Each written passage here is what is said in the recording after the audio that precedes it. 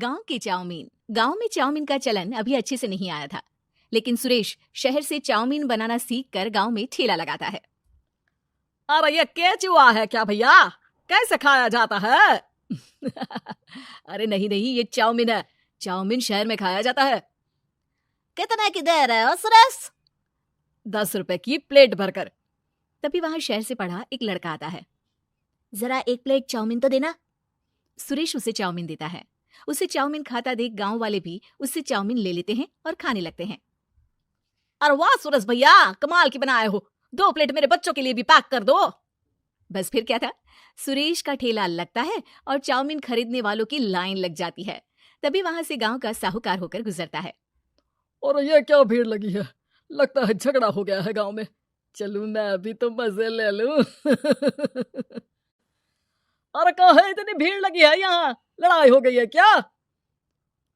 अरे साहूकार साहब, ना ना ना, कोई लड़ाई ना हुई है। ये तो सुरेश की दुकान है चाउमीन की।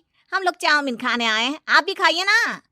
साहूकार चाउमीन खाता है और सुरेश की तरफ देखता है, जो सारे दिन के पैसे गिन रहा होता है। अरे सुरेश, क्या लागत है इस काम की? अरे साहूकार जी, आप अब आए हैं तो ये पूरे 10,000 रुपए ले जाइए, जो पिछले साल शहर जाने से पहले आपसे लिए थे ना। लागत तो क्या कहे, जो आपने दिया था उसी में सीखा भी है और दुकान भी खोल ली। अरे पैसे इतने जल्दी क्या जरूरत थी? कैसे जरूरत नहीं थी साहूकार जी, इतना मोटा ब्याज कहाँ से भरते। साहूकार को अब सुरेश की दुकान को हड़पने की लालच आ जाती है। नाना करते ये सारे दिन में 500 रुपए कमा ही लेता है। अरे गांव में ये ऐसे ही कमाता रहा तो कहीं ब्याज का काम ना शुरू कर दे। अरे भैया, कोई ना कोई जुगाड़ तो करना पड़ेगा। अब साहूकार घर आ जाता है और अपनी बीवी को सारी बात बताता है।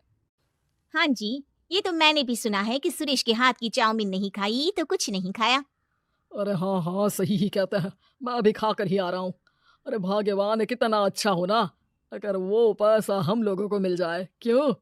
हैं? हाँ, वो तो है, लेकिन कैसे? हम लोगों को तो चाउमीन बनाना आता ही नहीं है। साहूकार और उसकी बीवी अब रोज चुपके से सुरेश के घर जाते हैं और खिड़की से उसे चाउमीन बनाते देखते। अब क्या था, दोनों को चाउमीन बनाना आ जाता है। फिर एक रोज, और सुरेंद्र, तुझे साहूकारनी ने बुलाया था। बोल रही थी कि बेटे के जन्मदिन में 10 किलो चाउमीन का ऑर्डर देना है। बना दोगे ना? अरे हाँ हाँ साहूकार जी, मैं जरूर बना दूंगा। कब देना है घर में 10 किलो चाउमीन? अरे वो तो तू घर आकर बता कर लेना, मैं नहीं बता पाऊंगा। ठीक है, शाम को काम निपटा कर आ जाता हूँ। सुरेश साहूकार के घर जाता है, लेकिन वहां मियाँ बीवी मिलकर उसे बंधक बना लेते हैं। अरे मुझे क्यों बांध रखा है? मुझे छोड़ दो।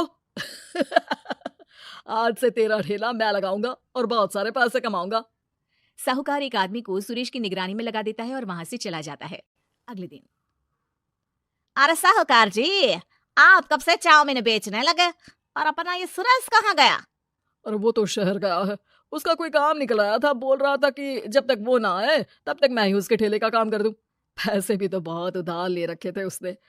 लगता है कर्जा भरने के डर से भाग गया है।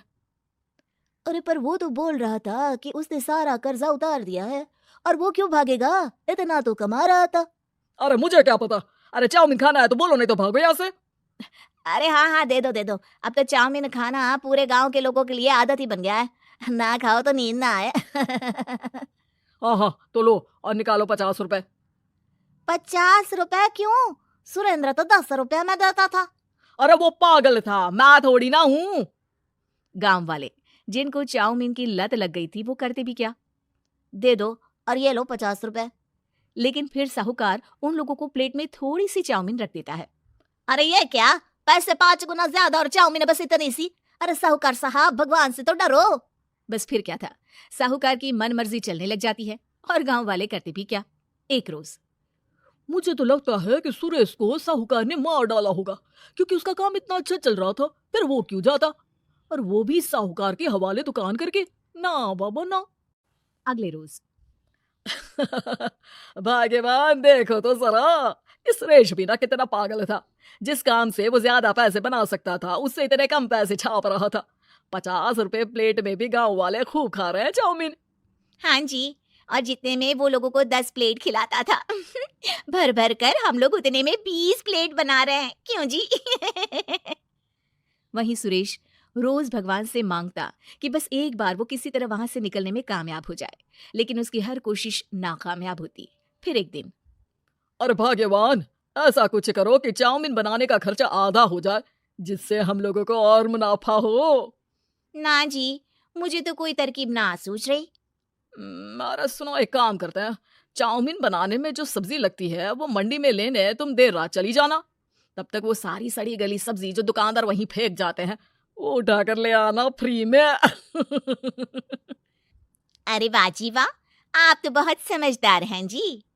बीवी वैसा ही करती है, लेकिन अब लोग चाउमीन खाते तो मुंह बनाकर।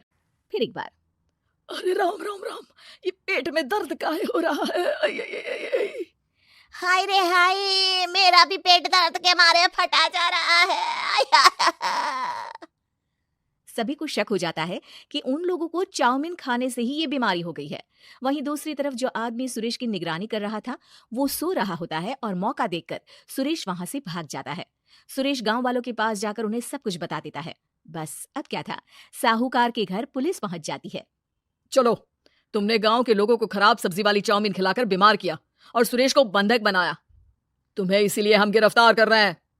साहूकार को पुलिस ले जाती है और फिर अगले दिन से सुरेश का ठेला गांव के बाजार में लग जाता है, जहां अब पहले से ज्यादा भीड़ होती है।